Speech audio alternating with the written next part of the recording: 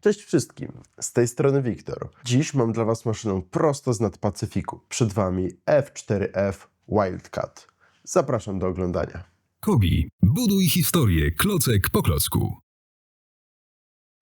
Grumman F4F Wildcat to myśliwiec pokładowy US Navy z okresu II wojny światowej, budowany w zakładach Grummana. Kiedy w 1941 roku USA przystąpiło do wojny, Wildcaty były podstawowymi myśliwcami pokładowymi US Navy oraz stopniowo wypierały z dywizjonów bazowych starsze maszyny. Wildcaty stanowiły jedyną ochronę myśliwską floty i lotnictwa pokładowego USA. Na Pacyfiku głównym przeciwnikiem Wildcatów były myśliwce japońskiej marynarki wojennej Mitsubishi A6M, popularnie nazywane Zero. Samolot opracowany przez Kobi otrzymał historyczne barwy pilota, który został pierwszym asem myśliwskim amerykańskiej marynarki wojennej. Na szczególną uwagę zasługują historyczne detale, jak emblematy z kotem Felixem oraz liczba zestrzeleń umieszczona przy kokpicie.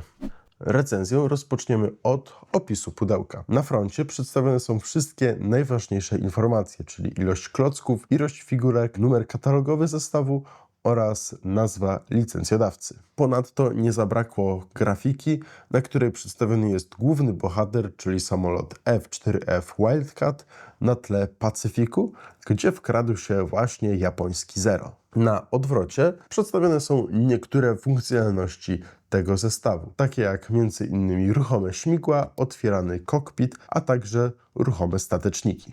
Tak prezentuje się złożony Wildcat w skali 1:32. Samolot mierzy 27,5 cm długości, 35,5 cm szerokości oraz 10,5 cm wysokości. Samolot wykonany jest z 375 elementów i trzeba przyznać, że jest on naprawdę zbity i masywny.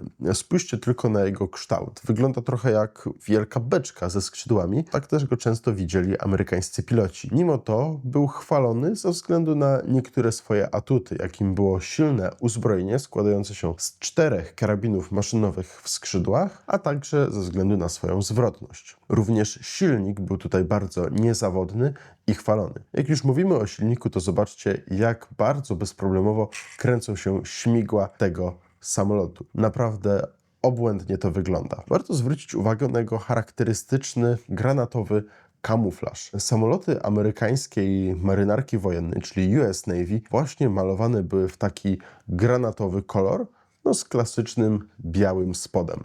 Oprócz tego malowania należy też zwrócić uwagę na charakterystyczne oznaczenia US Navy, czyli na charakterystyczne białe gwiazdy z czerwonymi kropkami, które znajdują się na skrzydłach oraz na ogonie. Całość odwzorowana jest za pomocą nadruków, i oczywiście za pomocą nadruków odwzorowane są inne, bardzo fajne szczegóły. Między innymi numer tego konkretnego samolotu 15 również jest odwzorowany i znajduje się w kilku ciekawych miejscach, bo oprócz tego, że znajduje się na ogonie, to znajduje się również na skrzydłach po obu stronach, ale także tuż przy zwieńczeniu silnika. Oprócz tego za pomocą nadruków odwzorowane zostały charakterystyczne czerwono-białe pasy znajdujące się na stateczniku pionowym naszego samolotu.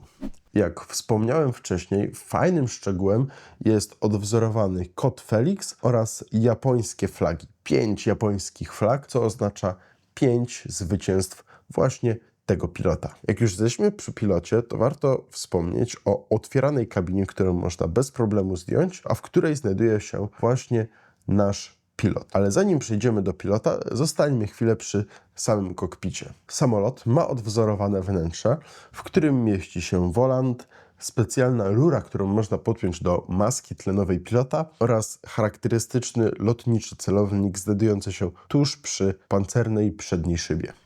Przy śmigłach samolotu, które bardzo pięknie się ruszają, znajdują się takie małe, charakterystyczne żółte plamki, które przy kręceniu dodają charakterystycznego wyglądu poruszającej się maszynie. Samolot ma ruchome stateczniki poziome, które można ruszać w przód i w tył. Tak prezentuje się figurka pilota US Navy. Pilot ma charakterystyczny piaskowy kombinezon oraz żółtą kamizelkę ratunkową. Pamiętajmy, że samoloty tego typu walczyły nad Pacyfikiem, no i właśnie nad oceanem, gdzie było dużo wody, no i ryzyka, że zestrzelony samolot padnie właśnie do wody, było ogromne. Tak więc, żeby zabezpieczyć tych pilotów, dawano im żółte kamizelki ratunkowe. Oprócz tego, jak już wspomniałem, pilot ma założoną maskę tlenową, do której właśnie można podpiąć wężyk z tlenem. Oprócz tego nasz pilot ma charakterystyczną piaskową pilotkę, brązowe rękawiczki, no i ciemnobrązowe wpinane niskie buciki. Do zestawu dołączona jest specjalna podstawka ekspozycyjna, na której znajduje się logo, a właściwie emblemat sił powietrznych, w których służył samolot, czyli US Navy, oraz jego nazwa. Samolot można bez problemu wpiąć i w ten sposób można go eksponować na stole, tudzież na innych półkach, zależnie od tego, gdzie właśnie eksponujecie swoje kolekcje. To już wszystko na dziś. Dajcie znać, co myślicie o tym modelu w komentarzach pod tym filmem. Zachęcam też do odwiedzenia naszych innych mediów społecznościowych na Facebooku, Instagramie i TikToku, gdzie publikowane są nowości i inne ważne informacje. Do usłyszenia w następnej recenzji i pamiętaj, buduj historię klocek po klocku.